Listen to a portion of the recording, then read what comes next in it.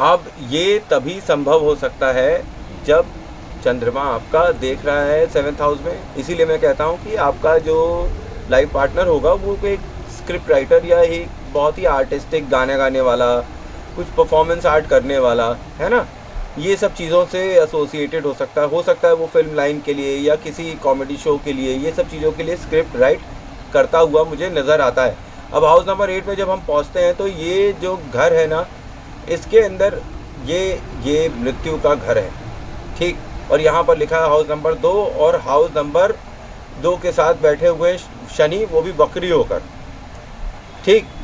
तो अब यहाँ पर शनि जो है जब वक्री होकर हाउस नंबर 7 में वापस जाएंगे तो ये वहाँ पर मैरिज को बचाने की भरसक कोशिश करेंगे। तो शनि का उपाय करने पर, शनि को पॉजिटिव कर देने पर, शनि का दान करने से तो शनि कमज़ोर हो जाएंगे, लेकिन शनि तो कमज़ोर है ही है, तो शनि का दान करना चाहिए। यहाँ पर शनि का अगर दान करेंगे तो फिर लाइफ पार्टनर और मैरिड लाइफ थोड़ी सी सही होती नज़र आएगी। पर अब यहाँ हम हाउस नंबर 8 की बात करेंगे। तो हाउस नंबर 8 में शनि वक्री होकर बैठे हुए हैं, हाउस नंबर 2 बैठा हुआ है, और ज़रा सा इसके बगल वाले 9वें घर में देखिए तो वहाँ पर राहु भी वक्री होकर बैठे, मतलब राहु भी यहाँ पर शनि के साथ आएंगे ज़रूर। तो ये क्या परिणाम देंगे, ये कैसे परिणाम देंगे, तो ये कैसे परिणाम देंगे। अब 8वां घर जो है ये मृत्यु का भाव है, बलि है, डेथ का हाउस है, मंगल का घर है। तो यहाँ शनि बैठकर सबसे पहले तो एक लॉन्ग लाइफ दे देते हैं, ठीक है।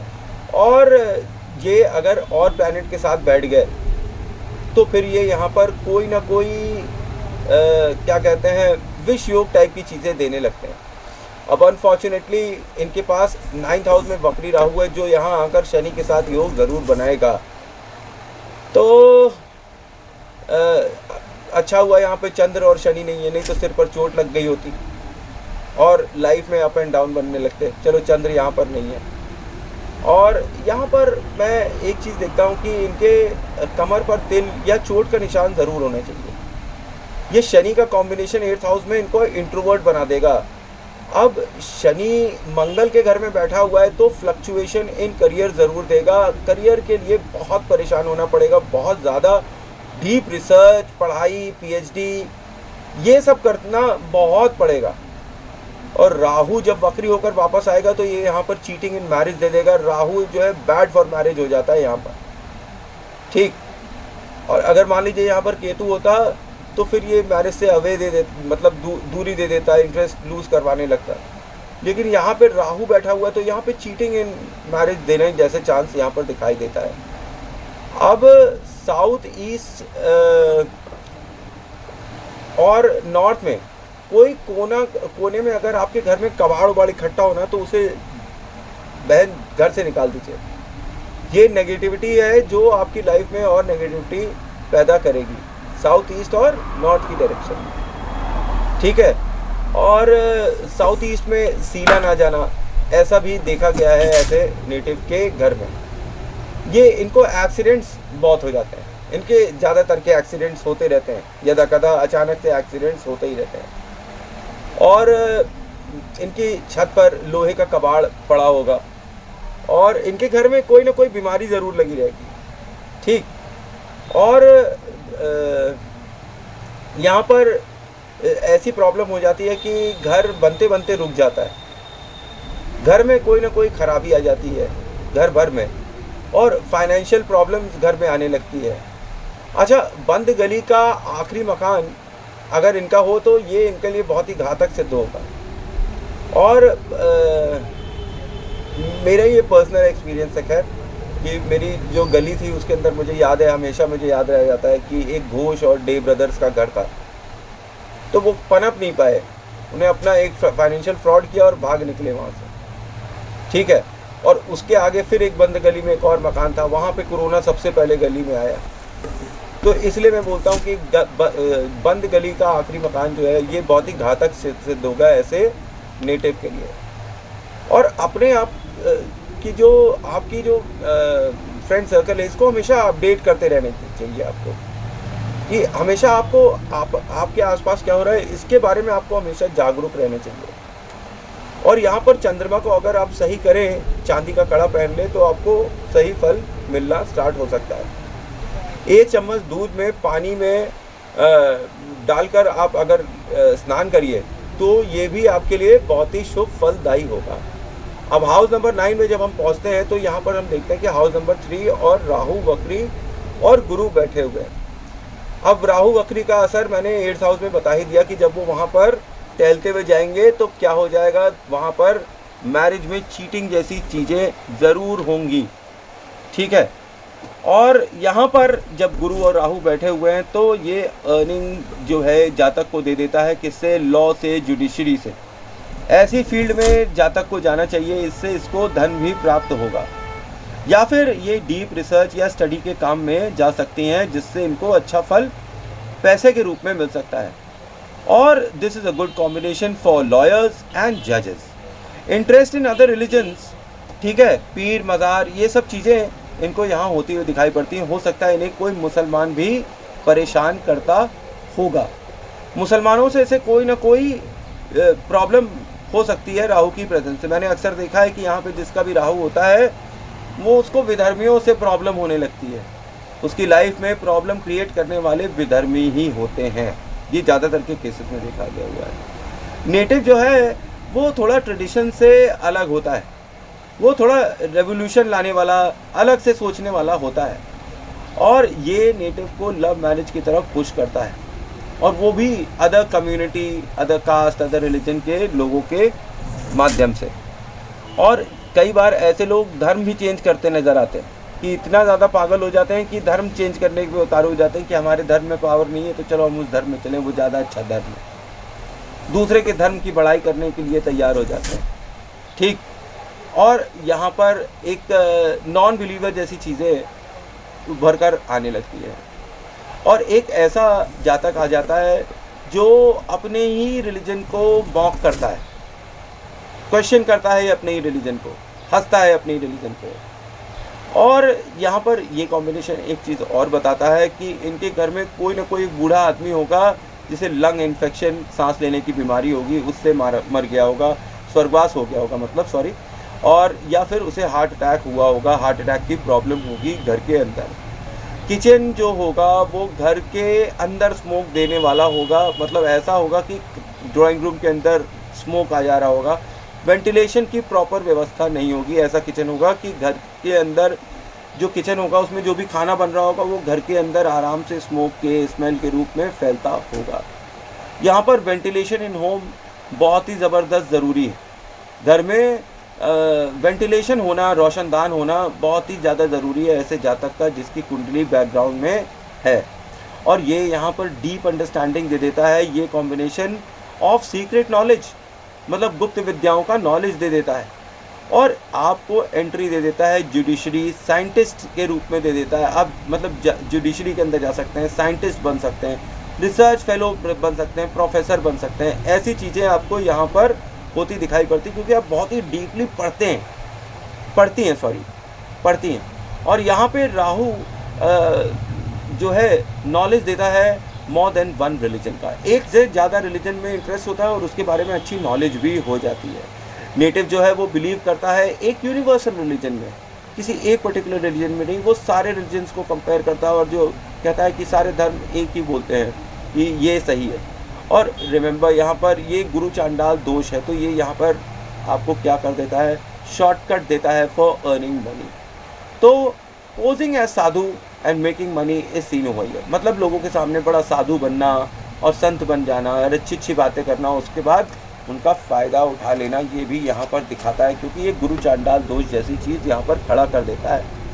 Teaching, counselling for people is also seen over here. Native जो है वो एक हीलर होगा। वो अगर उंगली डालकर पानी में हिलाकर माता जी का मंत्र बोल देगा तो और किसी को पानी दे देगा तो उसकी जीवन बच जाएगा। कोई सुसाइड करने वाला होगा उससे बात कर लेगा, उसकी काउंसलिंग कर देगा तो उसका दिमाग बदल देगा। ऐसी ताकत राहु यहाँ पर गुरु के घर में बैठकर देने लगता है। नेटिव जो है वो एक स्पिरिचुअल पर्सन की तरह पोज करेगा, but she will be making false promises to people posing as sadhu. मतलब वो साधु नहीं होंगे, उनके अंदर इतनी कोई शक्ति भी नहीं होगी, लेकिन वो ऐसा मतलब एक्टिंग करेंगे, ऐसा लोगों के सामने प्रोजेक्शन करेंगे कि वो साधु हैं और लोग बिलीव करेंगे भाई, क्योंकि राहु यहाँ पे हीलिंग की पावर दे देता है ऐसे नेटिव को। अब वो उंगली घुमा के किसी को पानी दे रही हैं और उसकी तबीयत सही हो जा रही है, हु विल बिलीव कि that she is not a sadhu? She will, everybody will say that she is a sadhu, she is a saint, she is a pious soul. मैं भी मानता हूँ कि एक पायस सोल है। क्यों? हीलिंग की पावर है भैया, चाहे राहु दे दे, चाहे कोई भी दे दे, लोगों का भला करने की शक्ति आ गई इनके अंदर, तो भाई वो सबसे सही है। अब जल्दी से हम हाउस नंबर 10 पे पहुंचते हैं और यहाँ पर देखते हैं कि हाउस नंबर 4 बैठा हुआ है और यहाँ पर शनि जो है वो गुड रिजल्ट देता है। Profit from professional singing is seen over here, मतलब आप ग्लैमर की फील्ड में जा सकती हैं, नंबर 1। आप ब्यूटी पार्लर के फील्ड में जा सकती हैं, नंबर 2। आप प्रोफेशनल गाना गा सकती हैं, नंबर 3। और ये आपको एक ऐसे बिजनेस में भी भेज सकता है जो कि वर्क फ्रॉम होम जैसी सिचुएशन क्रिएट कर रहा हो, और घर से काम करना कुछ ठीक भी होता है, और आपको सम काइंड ऑफ ऑफिस या शॉप आपके घर पर होनी भी चाहिए। और यहाँ पर आपको शनि को हमेशा पॉजिटिव रखना चाहिए और नॉन वेज एट्सेट्रा, अल्कोहल वगैरह से, ये सब चीज़ों से दूर रहना चाहिए। और आपको यहाँ पर सफ़ेद माला पहननी चाहिए प्रोफेशनल सक्सेस के लिए। गले के अंदर आप सफ़ेद रंग की माला पहनिए मोतियों की, तो आपको प्रोफेशनल सक्सेस मिलेगी। इसी मोती की माला पर आप जाप करें तो आपको और अच्छे फल मिलेंगे। ठीक है, मदर जो है वो बहुत ही इंस्पायरिंग है आपके प्रोफेशन के लिए। और work related to water, house, singing, glamour world is seen over here, beauty parlour is seen over here. और आप अपनी फैमिली बिजनेस को हो सकता है फॉलो करें कि जो आपके घर में फैमिली बिजनेस होता था वही आप फॉलो करें, या जो आपकी माता जी करती थी वही आप करने लगे। नेटिव की मदर जो है वो नेटिव अपनी मदर से बहुत ही ज़्यादा अटैच है, और वो अटैच उसके प्रोफेशन से, मतलब उसकी मदर ने उसको बहुत ही ज़्यादा इंस्पायर किया होगा उसके उस प्रोफेशन के लिए जिसमें वो इस वक्त है। नेटिव जो है वो बेनिफिट पाएगी किससे? अनस्टिच क्लॉथ से, बिजनेस से करने से, मतलब खुले कपड़ों का व्यापार करने से नेटिव को अच्छा पैसा मिल सकता है।